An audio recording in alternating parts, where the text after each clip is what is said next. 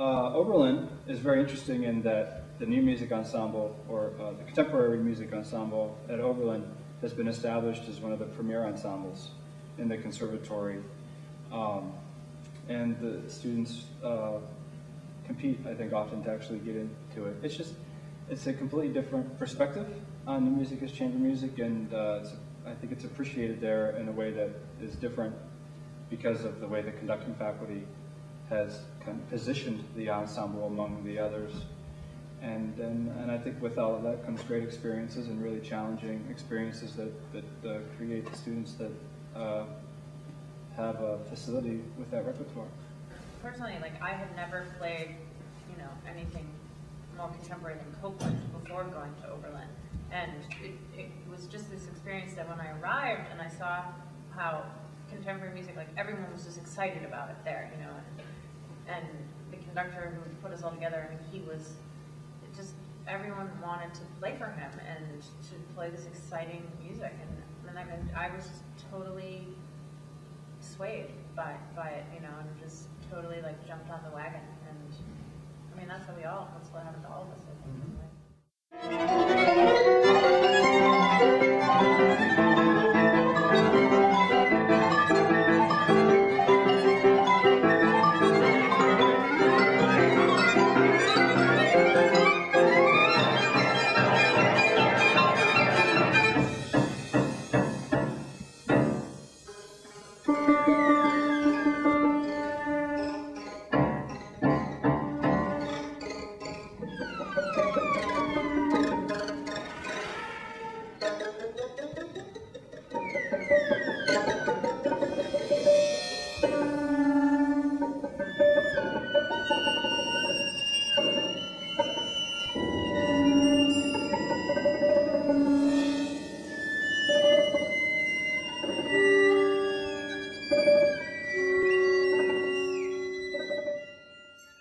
They're in their 10th or 11th season, which is amazing if you think about it. I mean, that they've been doing that as a unit, and just the number of performances that they've done. We're all good friends with them. We're all good friends with the Blackbirds, and in a way, what the Blackbirds are doing is so different than what we're doing. I mean, they have a set core group of players, and they have management, and they sort of have a different working model for what they do. So I mean, there's no sense of any kind of, there's not really a sense of any kind of, there's no professional friction with the Blackbirds. I mean, they're doing this, they're trying to go the same direction that we're going in another way. So there's not really, I mean, there doesn't come down to a thing where like we're competing for the same gig or something like that. And there's because we're generating our own creative projects. So there's room for whatever happens from both organizations. Yeah. So.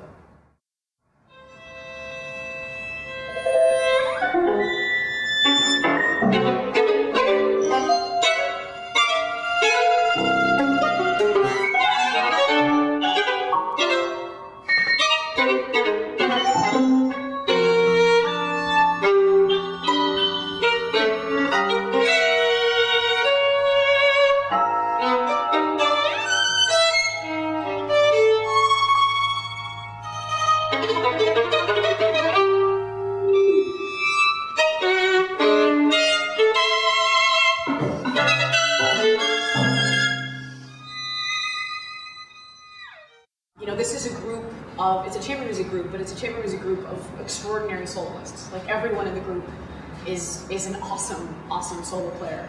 And everyone in the group has really interesting, and I think very diverse musical interests and musical aesthetics and ideas. And that diversity is one of the things that I love the most about this group. We don't have a house style, we don't have one particular stylistic niche that, we're out there promoting. In a given week, we'll play, what would be qualified as uptown music, downtown music. We'll play music of Steve Reich. We'll play music of someone that no one has ever heard of before, who comes from Bulgaria, who's 23 years old. We'll play, an improvisation concert in a bar, and then we'll play something at a standard chamber music series at a church. All of that within a given couple of weeks. So, I mean, I think that the personalities involved in the group reflect the diversity of the venues and the choice of repertoire, and vice versa, too. you know, the brainstorming aspect. I mean, having such a diverse group of members with, you know, all kinds of different musical careers. I mean, we really came up with some of our repertoire from brainstorming and talking with you. One of our cellists wanted to do that piece since we were, I remember Kibby talking about it, I think, when we were still in Overland. Yeah, I think I got an email about once a week from Kibby, our cellist, saying, Begging when are we us going to to program 8 songs for Mad King? When are we going to program 8 songs for Mad King? And then eventually we found I think we had an excuse for it. We had the right venue or something, and we were like, okay, let's program this piece. Well, and really now it's also- become sort of the staple of our repertoire. And it came down to Peter being like, okay, I'm going to win it. Yeah, we have 2 singers in the group, and one of them, this tenor, had sort of been singing, yeah, I think I could do it in a couple years, I got to work on some things, you know. And then one day he just said, I'm ready. And he had it memorized on the first rehearsal. And he's really sort of like created a new version of that role. So we're pretty proud of him.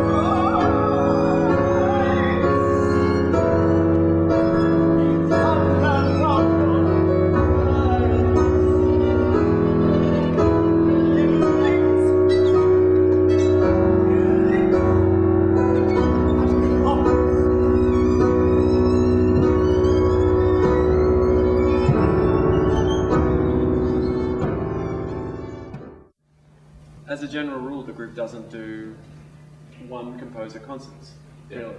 It's important to generate really balanced and interesting programming that's exciting and diverse.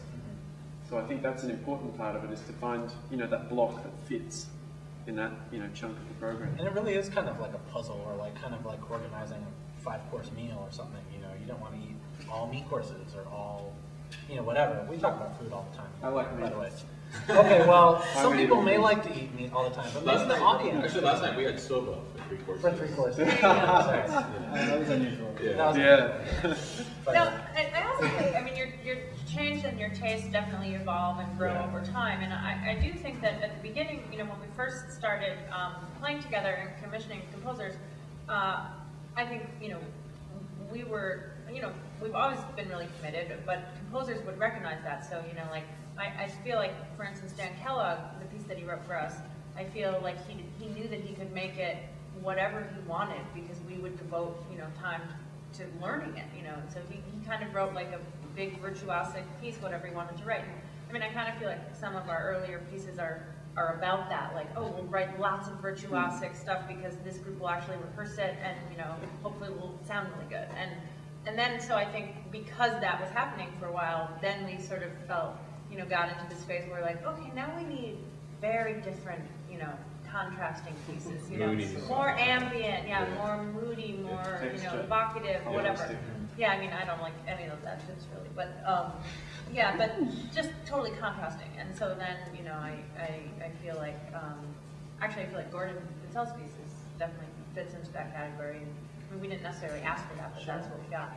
I think that, like Nick was talking about composers, you know, you don't get their last piece, you get their next piece. I think we're always looking for our next piece, too. I mean, we've done, everything that we've done up till now does not indicate what we want to do in the future. It indicates what we've done, and we want to do the next thing. So that's hard to figure out as well.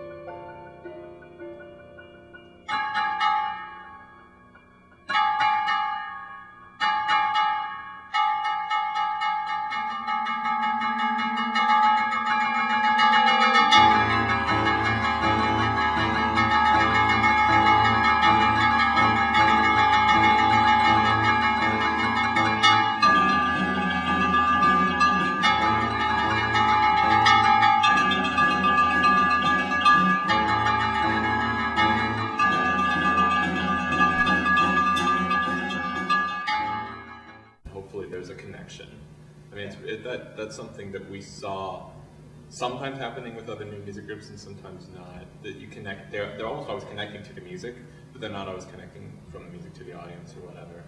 It's really hard to define what that is or what that means or how you do that, but it's been really important to us to not be playing into a vacuum. Right. I always feel like a lot of new music ensembles sort of semi-prepare new music, but I feel like this group is almost like a string quartet preparing for a Haydn quartet performance. You know, you really get inside the music, you play it a lot, and you give it a life of its own. You really give it a chance. I think that's important. At one point, we learned Franco Donatoni's piece Arpege, which is this blazingly hard rhythmic thing for 6 players. And I remember I took the score and like held the vibraphone part up to Matt Duvall and was like, "You guys have to learn this because it's right up their alley." You know, the very rhythmic, like hyper rhythmic, very kind of groovy, very light, like kind of floaty sound. It's the kind of stuff that they would play spectacularly. I think they've started performing now. They're probably going to start touring with it, and it'll be an awesome. Yeah, I think we feel a little proud that we may have introduced them to this piece that they maybe wouldn't have considered before. Yeah, I can't wait to hear them play it because they will play. I'm sure they'll play the hell out of it. Yeah.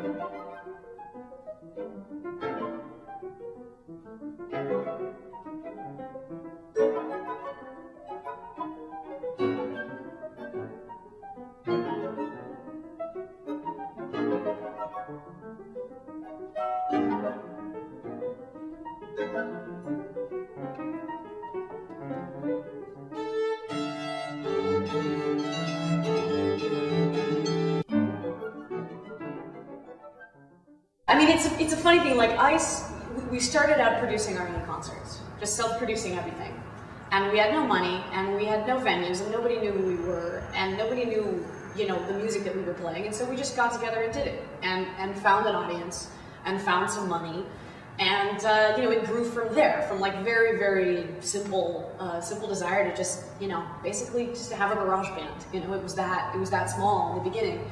And I think in a way, our mentality and our way of doing things, although it's gotten much more organized and, you know, and we have a space and we have a board now, it's basically the same thing. We do music that interests us. We do projects that interest the group. More than half of our concerts are self-produced, so we're not trying to sell them to a presenter. And the concerts that we do get presented usually sort of come to us. Usually, you know, someone calls and says, "Would you guys like to do this?" Usually we say yes. Usually we say yes. We're not really in a position to say no most of the time. But that's kind of how, I hope I'm not revealing too much about IS's secrets, but that's kind of how we operate. It's not a whole lot more complicated than that. We work with a rotating group of young composers every 2 years. We choose between 5 and 10 to sort of be nurtured by the group and to collaborate with the group. And we sort of launch them as much as we can in ICE's programming for 2 years. And then we do a search for the next crop. I think that program, which is what we call the 21st Century Young Composers Project, is, at least for me, I think it's the most important thing that ICE does as an ensemble. And it's I think the most meaningful for us too, and for the musicians, because we're building relationships and we're collaborating, creating new work, and, you know, all of that exciting stuff.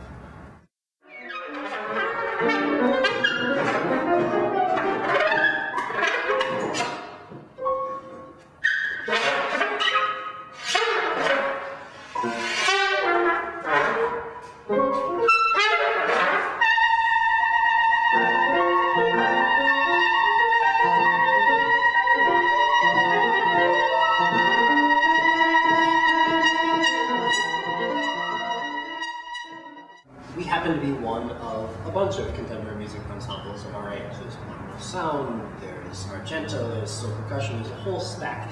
And what's kind of funny is that we all sort of intermix. I mean, I play with So a lot.